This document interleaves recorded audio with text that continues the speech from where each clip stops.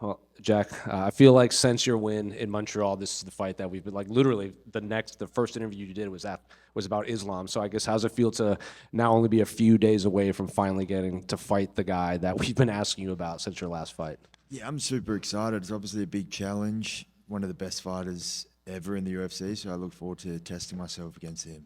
Another thing you said after your win in Montreal is that you thought that fight was a good kind of test to prepare for Islam. So going back and rewatching that, do you still feel like that, or was that just kind of in the moment you felt like that? I think it was like a grappler, forward pressure sort of fighter, 5 rounds. So yeah, it was a good test. And I guess how's life changed for you since winning the belt compared to expectations? Because a lot of people are chasing that, and then when they get it, they have all these lofty expectations that might not be met. So how's life for you compared to what you thought it would be as champion? Yeah, nothing's really changed. I've always just looked forward to the next big challenge. Obviously, yeah, as you said, we knew about the fight pretty much straight away. So I was just back to the gym, back to reality, and then chasing another big challenge.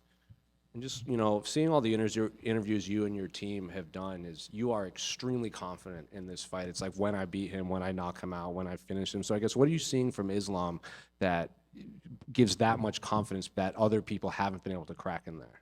I mean, I just believe in myself, believe in the team, trust the process.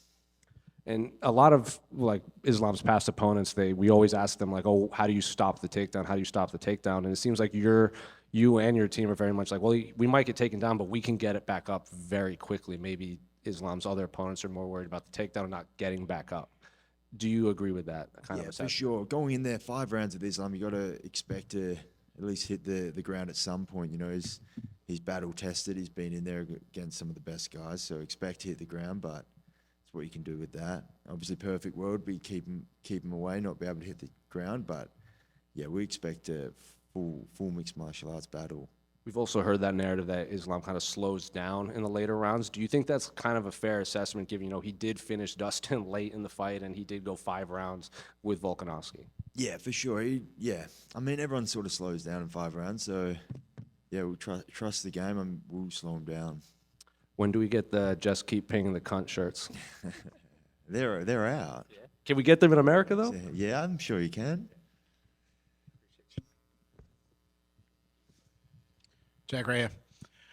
When Islam decided to move up in the division, he said he looked at the whole division and he didn't see anybody that didn't give him a tough fight. What's your response to that?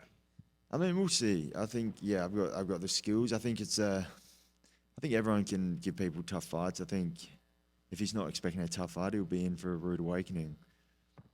A lot of people are taking you to win. A lot of the assessments I hear, a lot of people say that the reason why you're going to win is what you did to Bilal. They said that Bilal fights very similar to Islam. Obviously, they've trained together. Do you think that's a fair assessment? I think it's a different matchup. Yeah, I think some things Bilal does better than Islam, and there's a lot of things that Islam does better than Bilal. So yeah, we're expecting a tough fight. Obviously, you've talked to Alex Volkanovski. You're close. I'm assuming he's giving you some tips and everything. Obviously, his first fight was extremely close. A lot of people thought he won. Without giving away a game plan, is anything that he said particularly to you? No, I mean we spoke in depth, about went into depth about what Islam's strong at, things maybe he didn't expect in the fight that he was good at. So yeah, we came together with the team and sussed out a good game plan.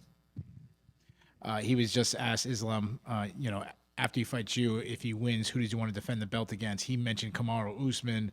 Obviously, this card is loaded with other welterweights. If you had a choice, who would you pick? I mean, it just depends. I guess it sort of depends how the next few weeks play out. Obviously, yeah, I think after the next 14 days, the top 5 will look a lot different. So we'll see who prevails with the cleanest performance. And my last question, obviously, you're here, Madison Square Garden, doesn't get bigger than that. You're going against, superstar in Islam Makhachev. A lot of people believe he's the pound-for-pound best. You beat him. I mean, what's better than that? How can you top that? Yeah, I know. It's a big challenge in a pretty iconic spot. So yeah, I'm pretty excited to go out there and leave some of myself in MSG. Jack, over here to your right. You faced off with Islam the other day. What did you just make of his size and how he's added the weight for welterweight? Not much. It's hard to sort of gauge. We're on top of a building. I was pretty freaked out about that, so it was hard to sort of gauge too much. Are you afraid of heights? A little bit. A lot made with Islam coming in here. You know, his shot for history, 2 belts, Anderson Silva's winning streak and everything. Today is the 32-year anniversary of UFC 1. For you, I'm sure you want to be one of the all-time greats as well. How important is winning this fight into what you want to make your career into? Yeah, massive legacy fight, you know, one of the best guys ever. Regardless of the result, he'll go down as one of the greats. So, yeah, it's going to be a pretty good scalp on the resume.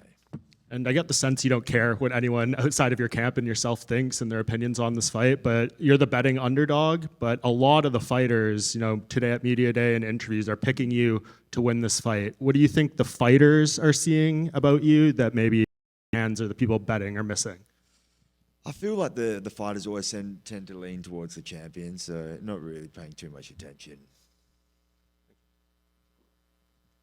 Jack, way in the back. I wanted to ask you about the statement where you had said that you were coming for his pound-for-pound spot. Obviously, there's so much on the line in this fight, the championship belt, the name, pound-for-pound spot, all that stuff. But, like, where do you rank all these different things? Like, what do you want the most out of this victory? I mean, just to retain my belt, like, doesn't really matter. I guess the pound-for-pound is very subjective. It doesn't really mean much. So just going in there, get the win over Islam is the #1 goal. And for you, the 2 blemishes that you have on your record, they were the first 2 pro fights. I feel like a lot of people, it'd be easy to give up back then and kind of say, maybe I'm not a fighter, et cetera, et cetera. But look where you're at now. So I guess how proud are you of the fact that you stayed consistent, you kept fighting after that tough, rough start to your career? Yeah, it was sort of a no-brainer. I still love training, still wanted to compete more. So, yeah, I guess there was a lot riding on that 3rd fight. Maybe if that had have gone different, it would be a different story. But, yeah, just sort of still loved the sport, trusted the team, so just stuck at it.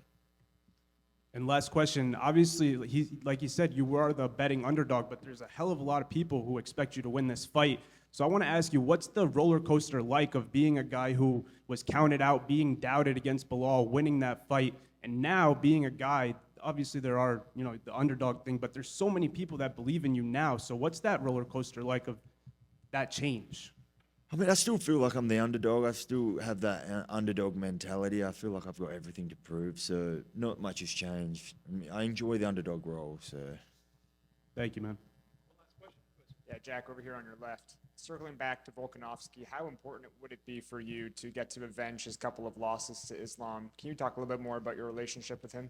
Yeah, Volk's the man. He's obviously an inspiring character for an Australian. He's one of Australia's greatest athletes, I believe. So, yeah, just be able to know him, call him a friend, and be able to watch him train is inspiring for me, and definitely shows the level like where you need to put yourself to get to the heights that he's got to.